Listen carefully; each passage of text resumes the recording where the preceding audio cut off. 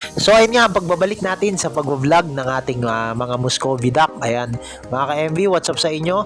Ito ang ating pagbabalik at sana ay subaybayan nyo kami ulit. Ito ang pag-aalaga ko ulit, mga ka-MV.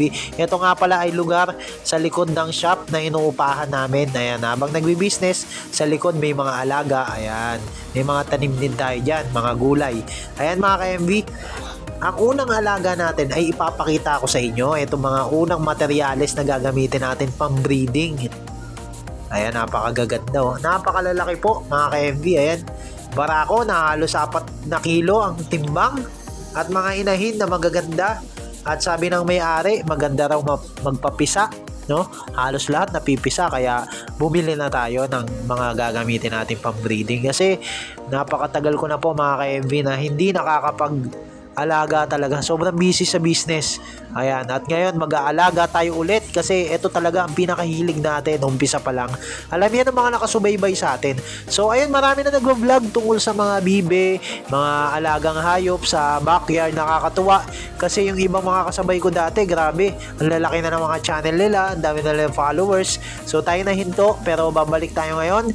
Hindi lang para sa pera, mga ka-MV, kasi para may documentation tayo. Para balang araw, pagtanda natin, may mapapanood tayo ng mga ginawa natin sa ating buhay. Ayan. Pinapakain natin sa mga alaga natin, mga ka-MV. Kasama ko itong bayo ko. Itong mga duck layer. Ayan.